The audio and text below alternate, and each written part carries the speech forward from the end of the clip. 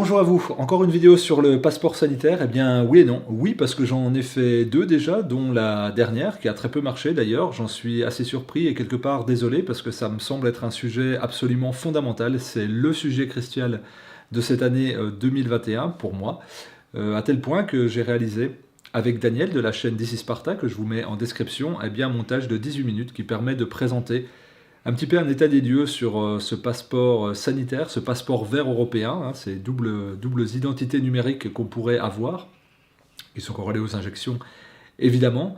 Eh bien, nous avons fait un état des lieux donc sur le passé, d'où ça vient, sur le présent, qu'est-ce qui se passe au niveau juridique, au niveau sanitaire, et puis sur les futurs possibles. J'espère, on espère avec Daniel que ça vous fera réfléchir et prendre position. Je vous invite d'ores et déjà à partager cette vidéo. C'est très dur de diffuser de l'information en ce moment. Vous voyez que mes vidéos font de moins en moins de vues, les robots les mettent moins en avant. Donc si vous pouvez mettre un petit commentaire, un petit pouce et la partager pour informer le public, ça serait vraiment d'utilité publique, je pense et je l'espère. Bon visionnage à vous. Que s'est-il passé ces 50 dernières années ? Les femmes et hommes qui ont profité des 30 Glorieuses n'avaient qu'un idéal, la liberté. Ils étaient animés par une soif de vivre sans être hantés par la peur de mourir. Jamais, à cette période, ils n'auraient accepté qu'on les enferme chez eux, que l'on limite un temps et un périmètre à leur déplacement, enfin, qu'on les oblige à remplir un formulaire pour se justifier. Beaucoup considèrent cet ancien mode de vie comme irresponsable. C'est la raison pour laquelle nous voyons toutes nos libertés sacrifiées sur l'autel de notre sécurité. Ces choix, nos responsables politiques les font à notre place, pour notre bien. Le passeport sanitaire s'inscrit dans cette logique sécuritaire que l'on applique de manière autoritaire s'appuyant sur l'intérêt supérieur du sens commun.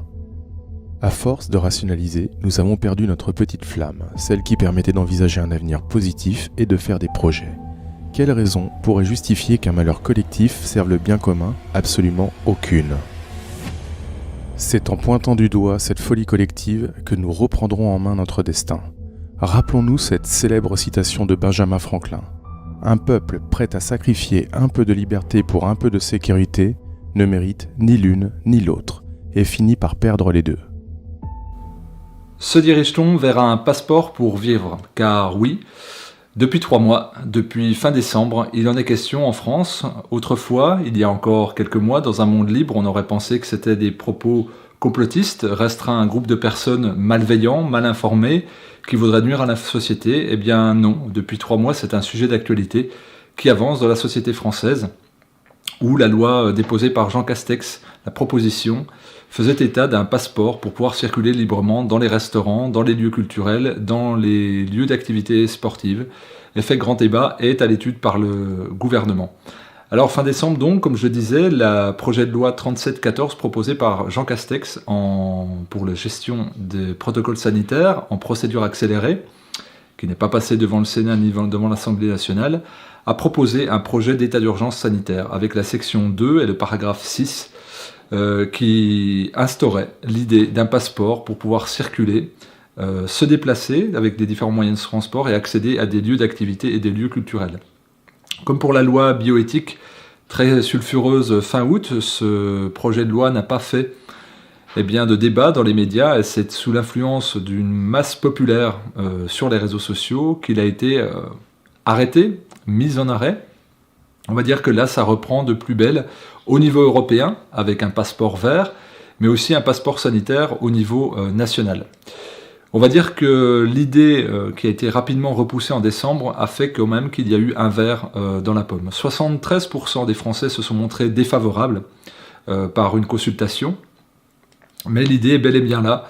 Et l'idée de priver la majorité des Français de liberté, la majorité de Français qui ne seraient pas d'accord avec ce passeport est bel et bien là. Alors, il y a une espèce de chantage, évidemment, un chantage à réouvrir des lieux fermés, à retrouver des libertés, à réaccéder à un monde d'avant, sans doute illusoire, mais c'est surtout, à l'heure de la polémique autour de la qualité et la dangerosité des vaccins AstraZeneca, eh bien, une absence de preuves, et puis une absence de preuves sur la contamination au niveau des lieux publics, une absence de preuves au niveau du fait qu'on puisse mettre en place ce passeport, une absence de preuves quant au fait qu'on aurait des garanties à retrouver une vie d'avant, et puis aussi une facilité à discriminer les personnes qui ne se feraient pas vacciner. Alors déjà, quelle est la différence entre le passeport vert et le pass sanitaire Covid ? Eh bien, le passeport vert, ce serait au niveau européen.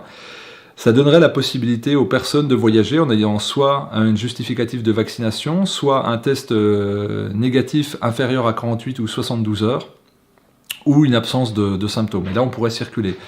Le passeport sanitaire Covid, lui, est au niveau national et permettrait d'accéder à certains lieux comme les musées, les cinémas, les restaurants, les théâtres. Et là aussi, il faudrait présenter un QR code, se faire identifier, se faire localiser, se faire tracer, et avoir une preuve comme quoi on n'est pas contaminant avec un test PCR négatif ou alors un justificatif de vaccination. Ce pass sanitaire sera certainement couplé avec l'application Tous Anti-Covid et reposerait à la fois sur le numérique et le fait, vu que 23% des Français n'ont pas de téléphone portable, sur le fait d'avoir un papier.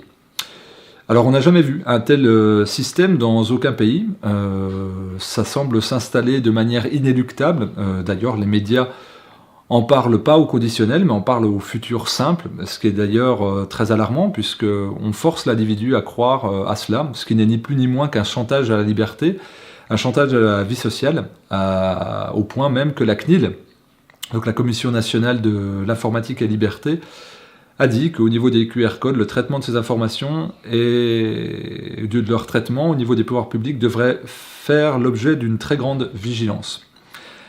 Au niveau des citoyens, c'est l'inquiétude, c'est aussi une tentation pour retrouver une vie d'avant, oubliée, malmenée.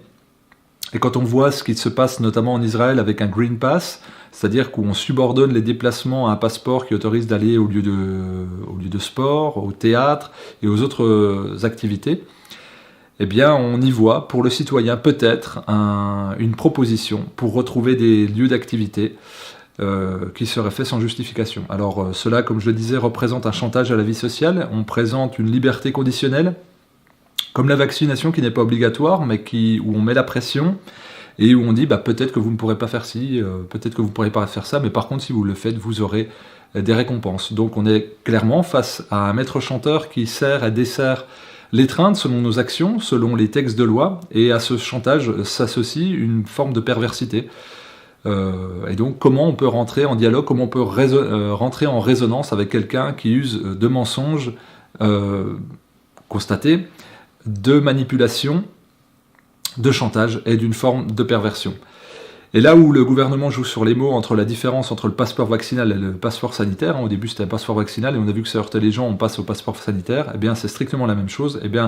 La vaccination obligatoire se déguise sous la forme de fichage à grande échelle et donc on s'organise tout droit pour tracer, localiser et identifier les individus. Pour encourager le passeport vaccinal, on utilise le terme « retour à la normale » et les médias font croire que ce passeport-là sera un miracle alors qu'il va simplement accroître les restrictions et portera une atteinte grave aux libertés individuelles. Ce qu'on peut présenter clairement sous la forme d'un apartheid. Alors j'avais déjà utilisé ce mot apartheid il y a 3 mois en dénonçant le danger de ce passeport vaccinal. On m'avait dit que c'était un mot abusé et j'avais rappelé la définition qui est l'apartheid est, ouvrez les guillemets, une discrimination, voire une exclusion d'une partie de la population qui ne peut pas jouir des mêmes droits que le reste de la population. Et donc c'est clairement ça qui est devant nous. À ce point même que le Vatican, célèbre Vatican censé être un organe de cœur, voit les opposants au vaccin Covid qualifiés de négationnistes suicidaires par le pape François lui-même, et les employés qui refusent les injections sont menacés de licenciement. Donc ce qu'on fera, ce qu'on est en train de faire sur le vaccin, évidemment qu'on l'entreprendra au niveau du passeport vaccinal et non du passeport sanitaire. Il ne faut pas être dupe sur ce changement de mot. Alors quand on analyse les mesures qui sont prises dans l'urgence pour faire face à la pandémie, Joseph Kanatachi, le rapporteur national aux Nations Unies, a mis en garde les États et dit que les dictatures et les sociétés autoritaires commencent souvent sous une grande menace. Ici, ça serait une menace pandémique. Et il ajoutait qu'il fallait être absolument vigilant et ne pas céder toutes nos libertés en raison de cette prétendue menace. Essayons d'entrevoir le monde de demain. Vous savez, le tout sécurité qui nous permettra de vivre pleinement, loin de tous les dangers qui pesaient sur nos vies et celles de nos proches. Heureusement, pour nous aider à atteindre ce but ultime, la technologie arrive à maturité.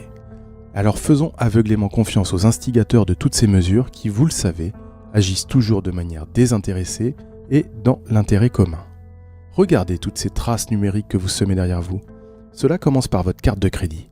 Ils savent où vous l'utilisez et les montants dépensés. Mais ce n'est pas tout, car avec vos cartes de fidélité, ils savent ce que vous consommez.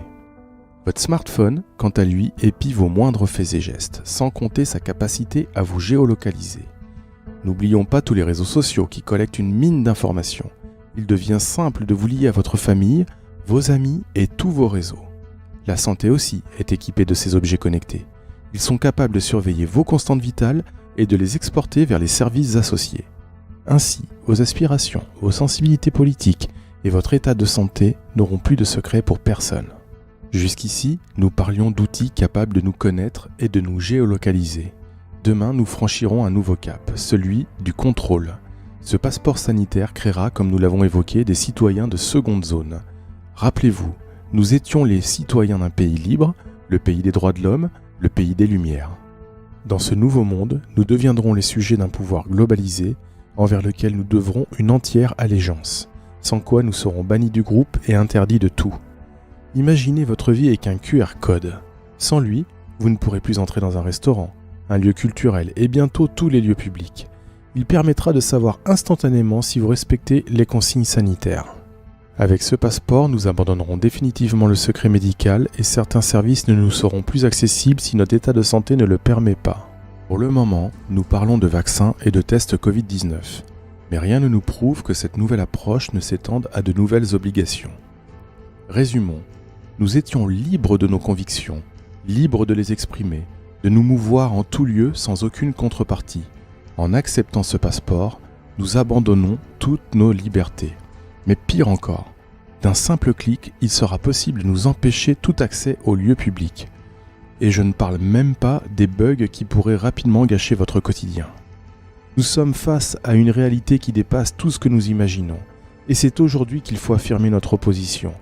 Faisons-le pour nous, faisons-le pour nos enfants qui ne méritent pas ce nouveau monde que certains imaginent à leur place.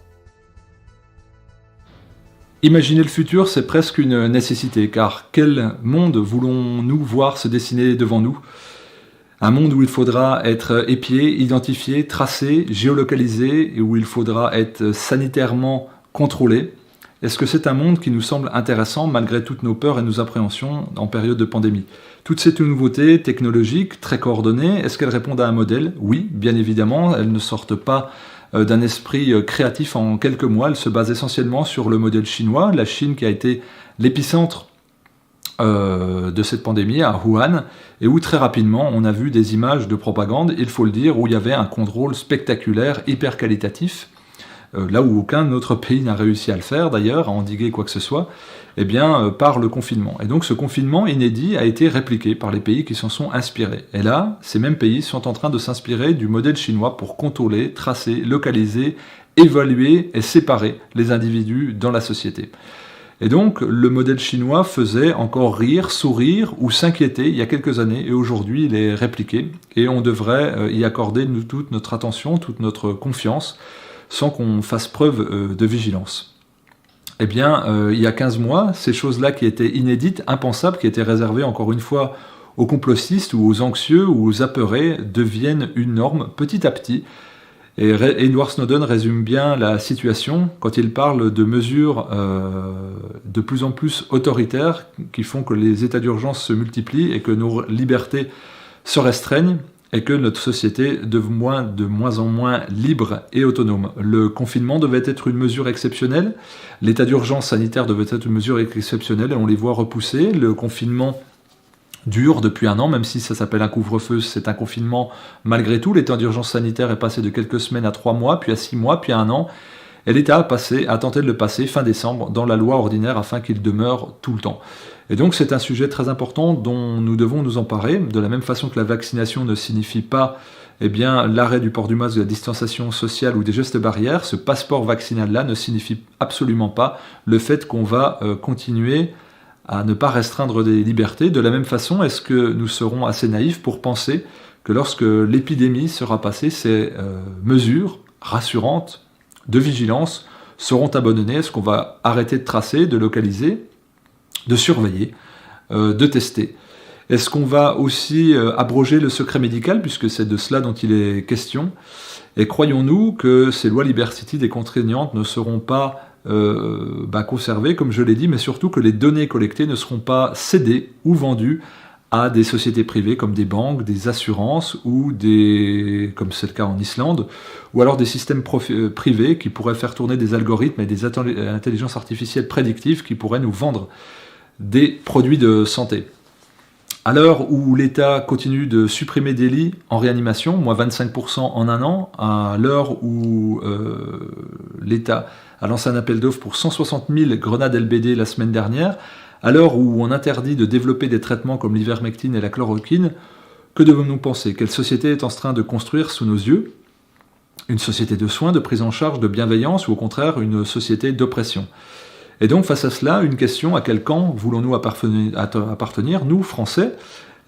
C'est un camp qui n'est pas... on ne peut pas être entre deux, c'est un groupe ira vers le tout technologique, en fonction de notre peur, vers une totale confiance en l'État, puis en acceptant d'être injecté, tracé, géolocalisé, surveillé en permanence pour être rassuré.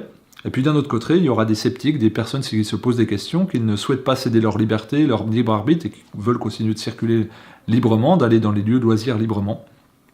Et donc, un groupe sera bien évalué, aura des droits, et l'autre sera considéré comme dangereux, nuisible, et on le privera de ses libertés, et il sera stigmatisé et sans doute accusé de tous les maux, dont celui d'entretenir des foyers épidémiques. Alors, la seule question, c'est: à quel groupe voulons-nous appartenir? Est-ce que nous souhaitons appartenir à un groupe qui justifie la production de robots humanoïdes, comme c'est le cas par la société Hanson Robotics à Hong Kong, qui veut produire, qui est en train de lancer la production à très grande échelle de dizaines de milliers de robots humanoïdes visant à assister médicalement les infirmières, voire même à prendre la place des infirmiers pour diagnostiquer et traiter pour le Covid. Sauf que les diagnostics, on les connaît, ce sont des tests PCR. Le traitement, aujourd'hui, il n'y a que la vaccination. Donc, ces robots humanoïdes-là, de la société Hanson Robotics, vont-elles recourir à la vaccination? C'est une question que nous devrions nous poser.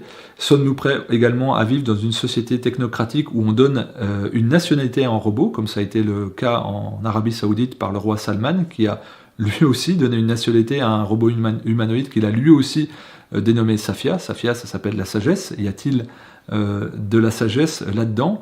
Que penser également en France d'un robot chien de surveillance qui a été testé dans les rues de Nantes le 9 décembre dernier, un robot qui identifie les personnes, qui évalue la distanciation sociale, qui mesure la température? Ce sont des drones terrestres en quelque sorte, et depuis mai 2020, ils patrouillent à Singapour, ces robots chiens, et la société qui les produit prévoit d'en donner des milliers d'exemplaires, d'en vendre des milliers d'exemplaires en Europe afin que les gens puissent respecter les gestes barrières, de puissent être testés au niveau de leur température, et prévoit un large déploiement en 2021. Alors, souhaitons-nous tout ça? Ça, ce sont des faits, ce ne sont pas de l'imaginaire, c'est un futur extrêmement proche, ce n'est pas de la dystopie, c'est le réel, c'est le retour au réel, et plus que ces informations factuelles, que nous dit notre bon sens, que nous dit notre humanité? Comment souhaitons-nous voir s'épanouir et grandir nos enfants? Souhaitons-nous les voir s'habituer à utiliser des QR codes, à être masqués, à être géolocalisés, à avoir leur température testée par des robots chiens, à être traités et diagnostiqués par des robots? Tout ça, non, ce n'est pas pour faire peur. Ce que je dis, ce sont une réalité. Si j'avais présenté la réalité aujourd'hui, de mi-mars, il y a 1 an et demi, tout le monde m'aurait pris pour un fou. Là, vous trouverez toutes les références, bien sûr, sur réinfocovid.fr. Mais est-ce que tout cela, tout ce que je viens de dire, au-delà de la peur qui peut nous habiter, au-delà du fait qu'on puisse vaciller, est-ce que ça nous semble fondé? Cette société de contrôle absolu, de perdre sa liberté au profit d'une rassurance éventuelle et hypothétique. Est-ce que nous pouvons regarder nos enfants dans les yeux en leur disant « Oui, avec ton masque, ta peur, tes tremblements, tu vas aller te faire passer un QR code pour avoir le droit de t'amuser avec tes petits camarades. La seule question qu'on doit se poser, au-delà de toutes les mesures, de toutes les justifications, de toutes les communications, c'est est-ce que nous, humains, ça nous parle au fond de nous ?